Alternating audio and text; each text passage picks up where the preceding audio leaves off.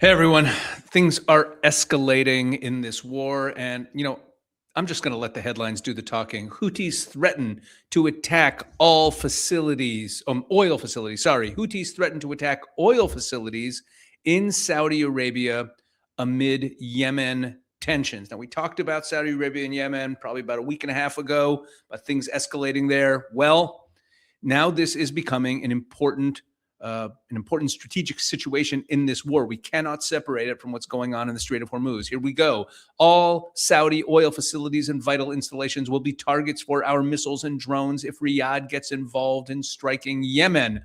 Houthi leader warns. And this is from today. The Houthi group threatened Thursday to strike oil and vital facilities in Saudi Arabia if Riyadh joins attacks on Yemen. Quote, all Saudi oil facilities and vital installations will be targets for our missiles and drones if Riyadh gets involved in striking Yemen, Houthi leader Abdul Malik al-Houthi said in a televised speech carried by the group's Al-Masirah television. The real equation is airports for airports, ports for ports, a blockade for a blockade, he warned. The Houthis fired missiles towards Saudi territory on Monday following an attack by Yemeni government forces on Sana'a airport, breaking years of calm. Yemeni government forces are backed by Saudi Arabia. That's why we'll get into that a little bit more in a moment. While the Houthis accused Riyadh of carrying out the airport attack, Riyadh has declined to comment on the accusation. Let me show you what that's talking about. So this is from a few days ago. Yemen's Saudi-backed army bombs Houthi-held Sana'a airport to block Iranian plane. What happened? Yemen's internationally recognized government said it struck Sana'a airport Monday as the Houthis blamed the government's Saudi backers for the attack, in the biggest escalation in years between authorities and the Iran-backed rebels. The government said it had wanted to prevent an Iranian plane from landing in the Yemeni capital after it failed to convince the Houthi delegation that went to Tehran for the funeral of Ali Khamenei to board a Yemeni flight instead. The terrorist Houthi militias, backed by the Iranian regime, prevented Yemeni national aircraft from landing at the airport in the capital Sana'a, while insisting on allowing an Iranian plane to violate Yemeni territory. Consequently, the airport runway was targeted, Yemeni Defense Ministry said. Let me explain what this is about. The Houthis control the northern and western part of Yemen, the northwestern part of Yemen. But then there's the official Yemeni government. The official Yemeni government is backed by the Saudis. It's not just backed by the Saudis, kind of at this point, and I'm not going to get into the weeds of, the United Arab Emirates used to be involved. I've made earlier videos about the different factions going on in Yemen, but right now, the Yemeni government is very much backed by the Saudis, and the Saudis are working with the leadership of the Yemeni government and all the various militias that are anti-Houthi that have been kind of brought under this Saudi umbrella to try to counter the Houthis right now. And they're really putting a lot of pressure on the Houthis. And what happened was the Houthis wanted to land an Iranian plane. This is the second such incident in the last few weeks. An Iranian plane, which is a violation of Yemen's laws, a violation of their airspace. They didn't want to allow an Iranian plane to land. But this is the whole thing with the Houthis. They want to show that they're in charge, that they make the decisions they want to have, and they wanted to have this Iranian plane land. They were flying people back and forth for the funeral. And when the government tried to prevent this, the Houthis' response was to retaliate against Saudi Arabia. In major escalation, Yemen's Houthis target Saudi Arabia's Abha airport. This is from the following day after the previous story I just read you. The Iran-backed Houthi rebels in Yemen said they launched missiles and drones at Saudi Arabia's Abha International Airport on Monday in response to airstrikes they blamed on Saudi Arabia that struck Sana'a International Airport earlier that day. Get it? Meaning when the Yemeni government, when Yemeni's Saudi-backed army, when Yemen's internationally recognized government strikes Sana'a airport, they retaliated by striking Saudi Arabia. And now we fast forward to today, and we have And we have this story that I started with. The Houthis threaten to attack oil facilities in Saudi Arabia amid Yemen tensions if Riyadh, gets involved in attacking Yemen. But we also have in Iranian state media this headline: Yemen's Ansar Allah reportedly preparing to close Bab el-Mandeb Strait. Now, you notice that first story I read that quoted the Houthis saying that if Riyadh gets involved, they'll attack Saudi Arabia. They weren't threatening closing Bab el-Mandeb Strait, except kind of indirectly in their statement when they said the equation is airports for airports, ports for ports, blockade for blockade. Not that the Saudis would put a blockade on anything, but that's what they're threatening. But this is much more explicit. This is in Iranian state media. Yemen's Ansar Allah is the actual name of the Houthi militia. Okay, Houthi is their tribe, but Yemen's Ansar Allah. So this is the Houthis, and they include a map which shows the Straits of Hormuz and shows Bab el-Mandeb. Okay, let's read this. A British media report has claimed, this is so rich. This is Iranian state media reporting on what the Houthis said. And they're citing a British media report reporting it as though they didn't give the order to them anyway. A British media report has claimed that Yemen's Ansar Allah movement is preparing to close the strategic Bab el-Mandeb Strait, citing unnamed sources in Yemen. The sources, however, were not identified. No further details were provided. And it described Ansar Allah as one of the most capable regional forces aligned with Tehran and alleged that the Yemeni group is quietly expanding its influence toward the Horn of Africa. Claimed that Ansar Allah and Somalia's al-Shabaab militant group could cooperate to gain control over both sides of the strait, because Somalia is right here. Well, this top part is really Somaliland, but then over here it becomes Somalia. So that Ansar Allah is the terrorist group, the jihadist terrorist group in Somalia, and it's saying that they could cooperate with the Houthis to close the Bab el-Mandeb Strait. That's the point of bringing them up. Right, highlighting the strategic importance of Bab el-Mandeb, the report stated that a significant portion of global maritime trade passes through the waterway. It warned that any closure of the strait could severely disrupt international trade. The report also referred to previous attacks by Ansar Allah on commercial vessels. The Bab el-Mandeb Strait, which connects the Red Sea to the Gulf of Aden and the Indian Ocean, is one of the world's most important maritime choke points, playing a critical role in global trade and energy transportation. And this has everything to do with the Saudis, because the Saudis, let's pull back the camera a little bit here. The Saudis do not have an opening onto the Arabian Sea and the Gulf of Aden. You see, their border's down here. See that? Their border is here. This is the Saudi border down below. And they have been moving, they have a pipeline that goes across the country. So because the Straits of Hormuz have been so disrupted here, they have been routing their oil all the way across to the Red Sea and bringing it out at a port called Yanbu. Yanbu right here. Okay, that's Yanbu. Okay, at Yanbu. And so that's where they're bringing out their oil.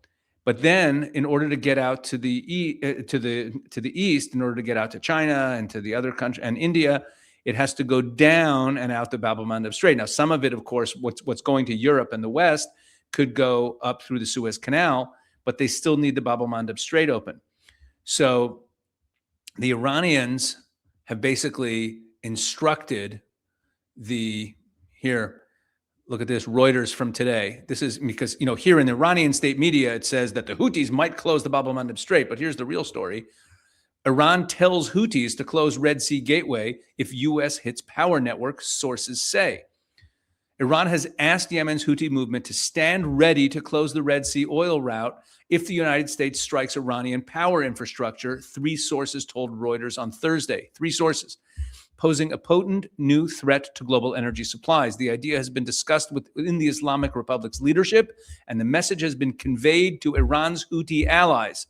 2 senior Iranian sources and a regional source familiar with the matter said, speaking on condition of anonymity, the sources said the Houthis had been informed recently of Tehran's request, which has not been previously reported. They did not give further details on how it had been conveyed or whether it was after U.S. President Trump's threat to attack Iranian power infrastructure on Tuesday.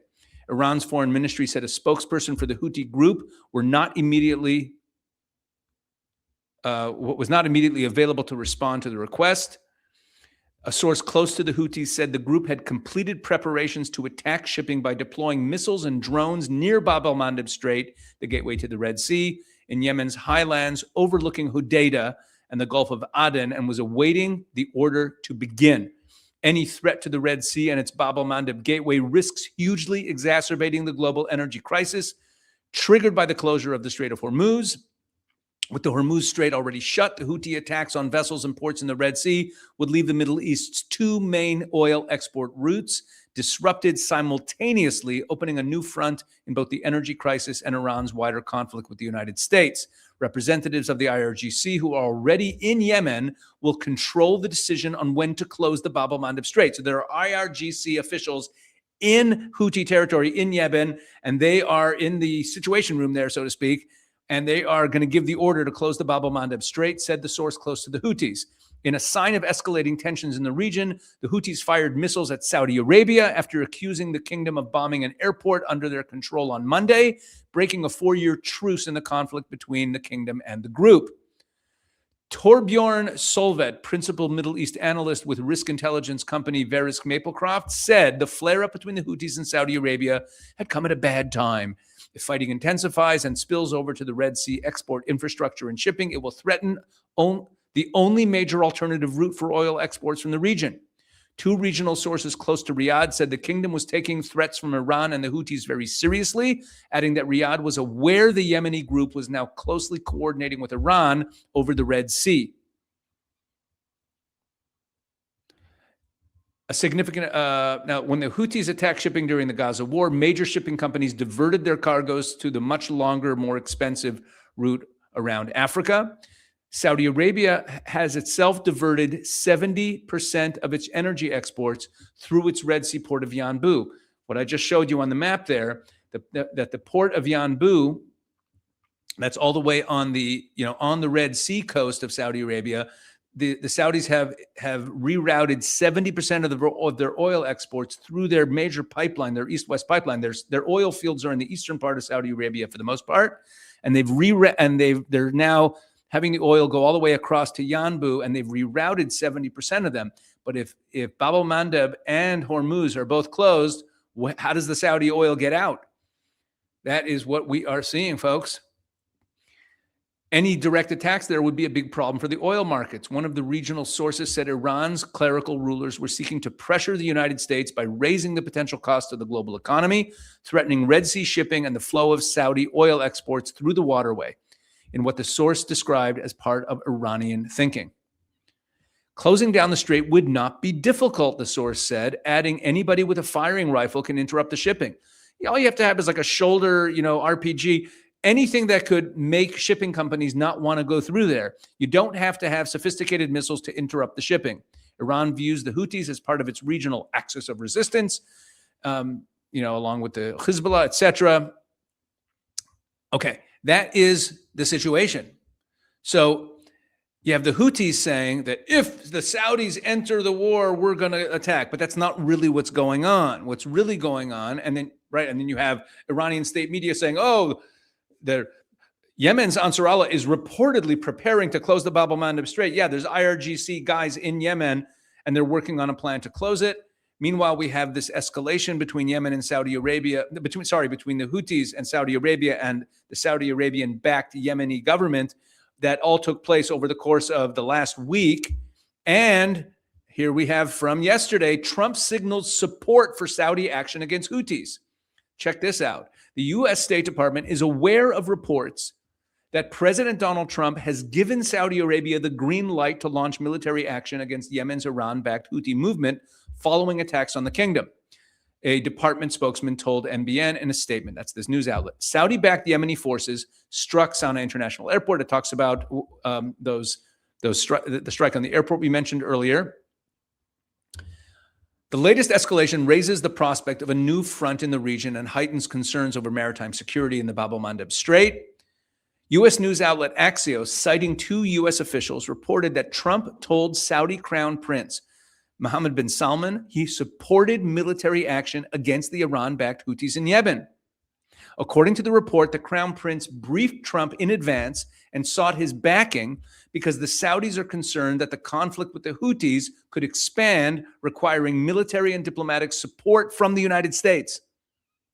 Are we going to see the United States moving some of its military assets over towards Bab al-Mandeb? I mean, you have all these strike groups and all the naval assets that are near Iran. Remember the big buildup before the war? They haven't all gone home.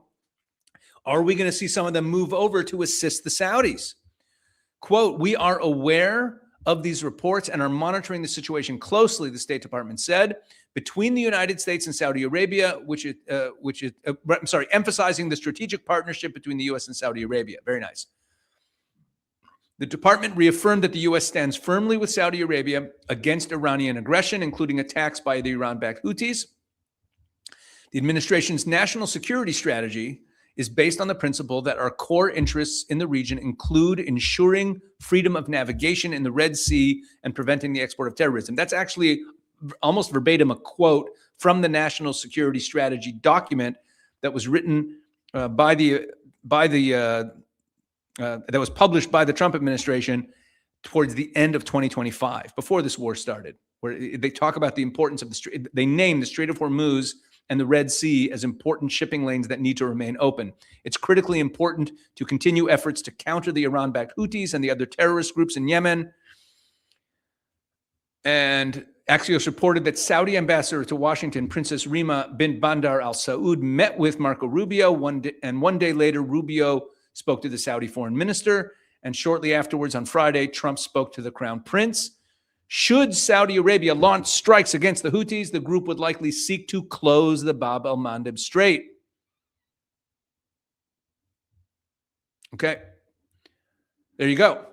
And now I want to add a little wrinkle to this, to just a little bit of background. Actually, before we do that wrinkle, let's do this wrinkle. Pakistan, this is from today, from a few hours ago. Just had to cough. Pakistan worries about being drawn into U.S.-Iran conflict after Houthis attack Saudi Arabia. What is this about? Why is Pakistan worried about the Houthis in Saudi Arabia? Well, attacks on Saudi Arabia by Yemen's Iran-aligned Houthis this week have frustrated Pakistan and threatened to draw Islamabad into the conflict, complicating any future role it may have as a mediator between the U.S. and Iran. Nuclear-armed Pakistan, which helped broker an interim deal last month in the war between Washington and Tehran, signed a mutual defense agreement. Pakistan signed a mutual defense agreement with Saudi Arabia last year, and thousands of Pakistani soldiers have been deployed to Saudi Arabia alongside a squadron of fighter jets. There is a mutual defense pact between Saudi Arabia and Pakistan that if one of them gets attacked, it's kind of like Article 5 of NATO. If one of them gets attacked, the other one is supposed to join. Now, you might be wondering, wait a second, wasn't Saudi Arabia attacked by Iran earlier in the war and Pakistan didn't join on their behalf? We'll get to that. Pakistan had already voiced anger about the Iranian strikes on Saudi Arabia earlier this year, but regional analysts and officials said the attacks this week had pushed Islamabad's frustration with Iran to a new level as they raised the prospect of a new Saudi-Houthi conflict. The Houthis fired missiles at Saudi Arabia after accusing the kingdom of bombing an airport. We know about that. Now, what does it mean here? It's here, check this out. Pakistan's frustration appears rooted in growing concerns that Houthi involvement may be more likely to draw Pakistan into the conflict than the Iranian missile strikes were earlier this year. Pakistani soldiers are deployed near the Saudi border with Yemen, two Pakistani officials said, increasing their direct exposure. Now, it's not only that it'll increase their, we have to ask ourselves, why didn't the Pakistanis join in on the Saudis' behalf? Well, of course, they didn't want to, and they didn't want to insinuate themselves into the situation against Iran. So why didn't they retaliate against Iran on the Saudis' behalf? Why is the Houthi situation more likely to drag them in? So A, it's because there's Pakistani soldiers who are in the line of fire and could end up, and if Pakistani soldiers end up getting struck or they're right there, it's harder for Pakistan to stay out. But I think there's also another reason, which is that Iran was attacking, or at least claiming that they were attacking U.S. assets in Saudi Arabia. If the Houthis are attacking Saudi Arabia, like their airport, it's much harder for the Pakistanis to say that this isn't really a direct attack on Saudi Arabia, it's just an attack on U.S. assets. So that's my read on it. Could be. But either way, an important piece of this developing plot is that Pakistan is on the sidelines. Saudi Arabia is looking at them going, hey, dude, we got a defense pact. Pakistan has soldiers there. They don't want this to escalate because they also don't want to have to live up to the defense pact and get involved. They're worried about this, and they want to remain the mediator and a neutral party. If they get involved against the Houthis, they're no longer able to be a mediator between the U.S. and Iran. Now, before we get to the last wrinkle I want to share with you, I have to remind everyone or tell everyone, if you're new to the channel, we have a massive event taking place, an amazing event taking place that you do not want to miss. It's an online event. It is a webinar. Are we headed for regime change? What to expect from the Middle East? An incredible panel of top Middle East experts.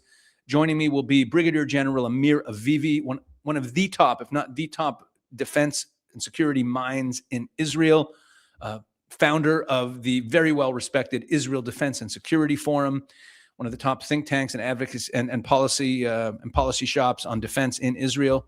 We have Brian Kennedy, president of the American Strategy Group and a senior fellow and former president of the Claremont Institute. Dr. David Wormser of the Center for Security Policy, one of the top Middle East experts on the planet.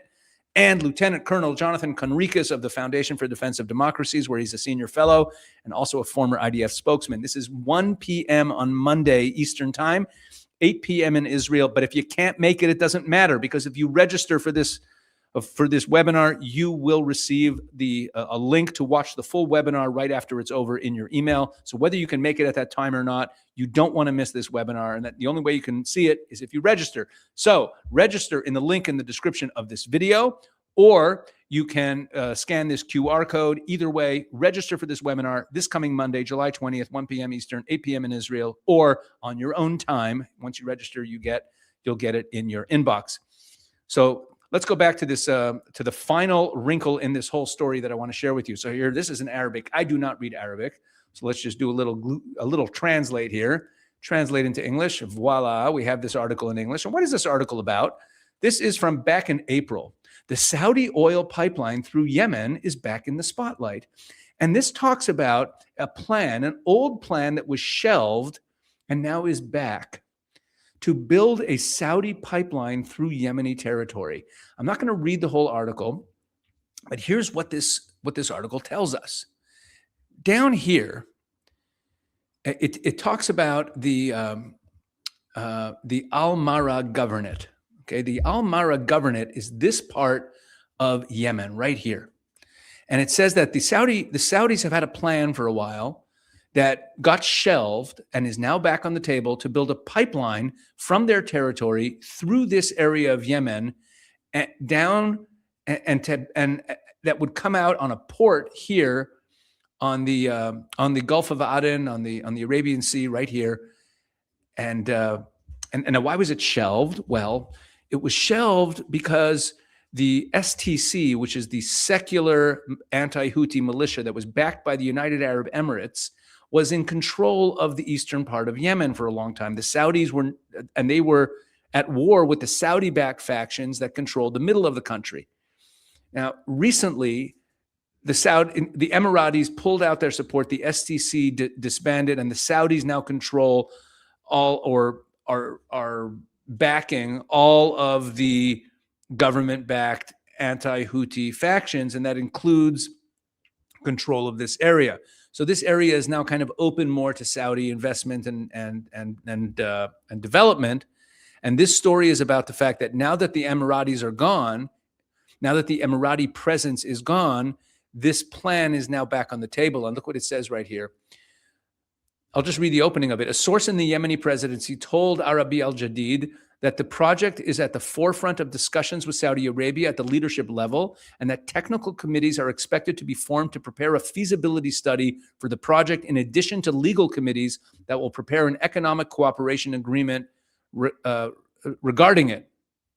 stressing that the regional tension has formed an additional incentive to revive the project, in addition to ending the Emirati presence in the governorates of Al-Mara in the east of the country and liberating them from the control of the separatists loyal to Abu Dhabi, Al-Mara and Hadramaut and Hadramaut, those two provinces.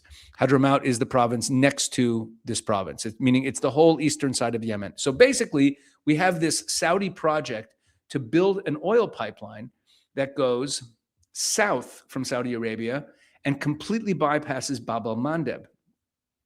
And this would mean that neither Hormuz nor Bab al-Mandeb could disrupt Saudi shipping of oil, and they could ship it straight out to the Arabian Sea. This is similar to what the United Arab Emirates have, which is a pipeline that goes out to the Gulf of Oman, bypassing Hormuz.